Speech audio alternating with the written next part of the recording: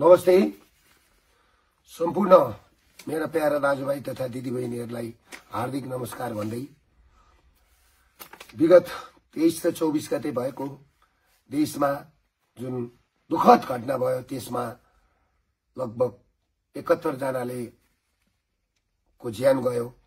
उहाँ ज्यान जाने परिवारहरूलाई हार्दिक श्रद्धाञ्जली भन्न चाहन्छु र घाइते परिवारलाई शीघ्र स्वास्थ्यको लाभको कामना गर्न चाहन्छु। साथै म एउटा कुरा आज तपाईहरुलाई स्पष्ट भन्न चाहन्छु, हामीले पनि हाम्रो हस्पिटल बीएनसी मा 150 जनाको निशुल्क उपचार गरेर घर पठाउने काम गर्यौं र अहिले पनि आईसीयू मा 15 जनाको सिरियस स्थितिमा उपचार भइरहेछ। हामीले बिना पैसा उपचार गरेर पठाइरहेका छौं।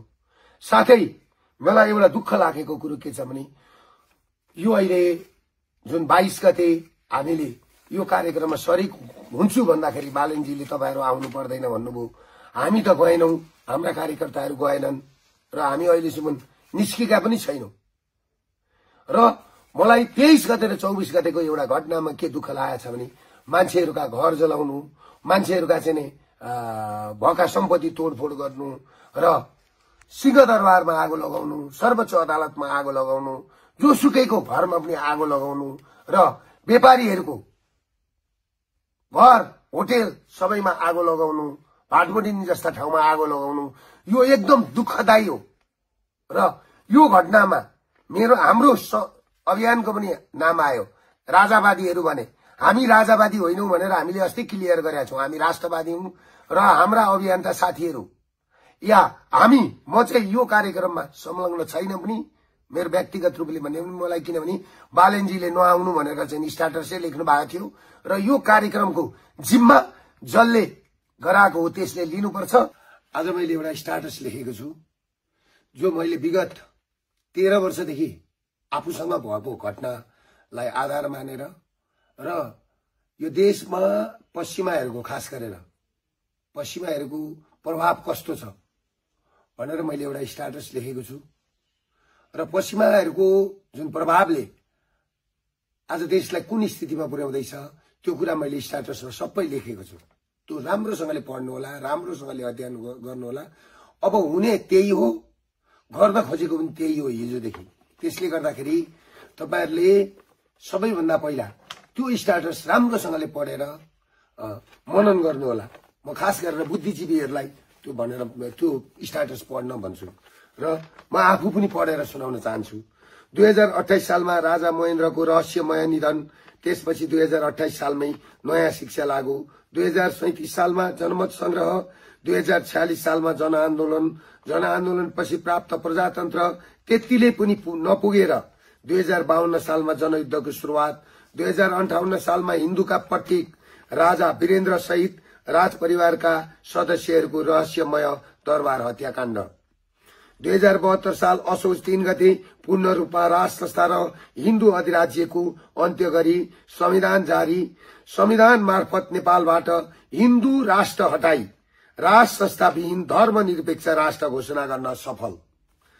त्यसै गरी 2079 सालमा डाक्टर गोविन्द केसी जस्ता पात्रलाई प्रयोग गर्दै केही वकिलहरू, केही मानव अधिकारवादी साथै केही समाजमा नाम चलेका विज्ञहरू भन्ने, आफूलाई विज्ञहरू भन्ने, राजनीतिक विश्लेषकहरू भन्नेहरूका साथै सर्वोच्च अदालतका केही पूर्व प्रधान न्यायाधीशहरूलाई समेत प्रयोग गर्दै सर्वोच्च अदालतदेखि देशका संवैधानिक निकायहरू कब्जा गर्ने, सामाजिक सञ्जाल आफ्नो नियन्त्रणमा लिई चरम दुरुपयोग गरी उज्जवल थापाको नेतृत्वमा विवेकशील साझा पार्टीको उदय गराइयो।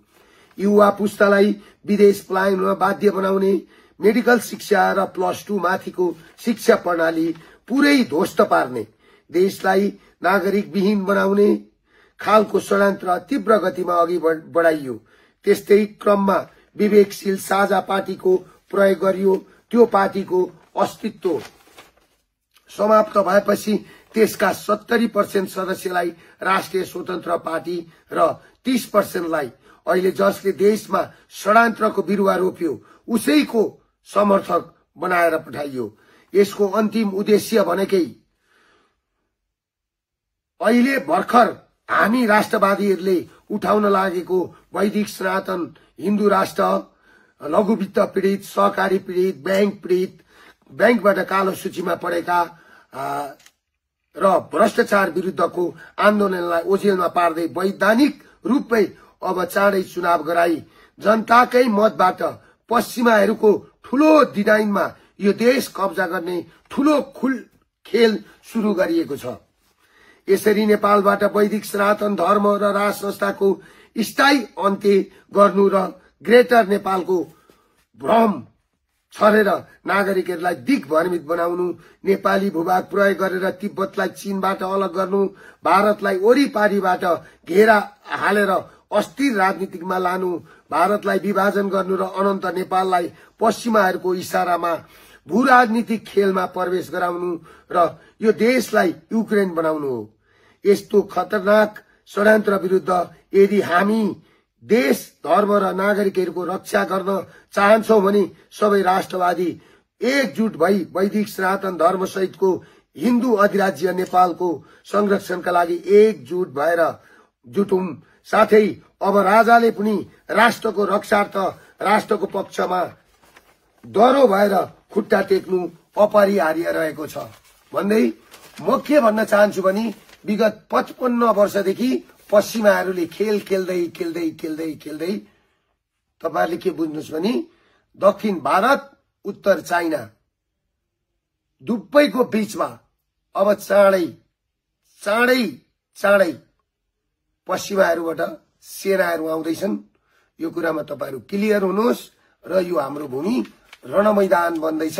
त्यो बनाउने हिसाब किताबले यहाँका युवाहरूलाई विगत 25 वर्ष, 28 वर्ष, 30 वर्षदेखि नयाँ शिक्षा लागू गरेर 2028 सालमा नयाँ शिक्षा, जहाँबाट चाहिँ नयाँ शिक्षाको बिउ रोपियो नेपालमा, तीबाट यो देश सिद्ध्याउने काम भएको छ।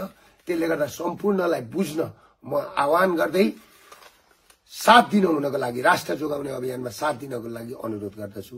नमस्ते।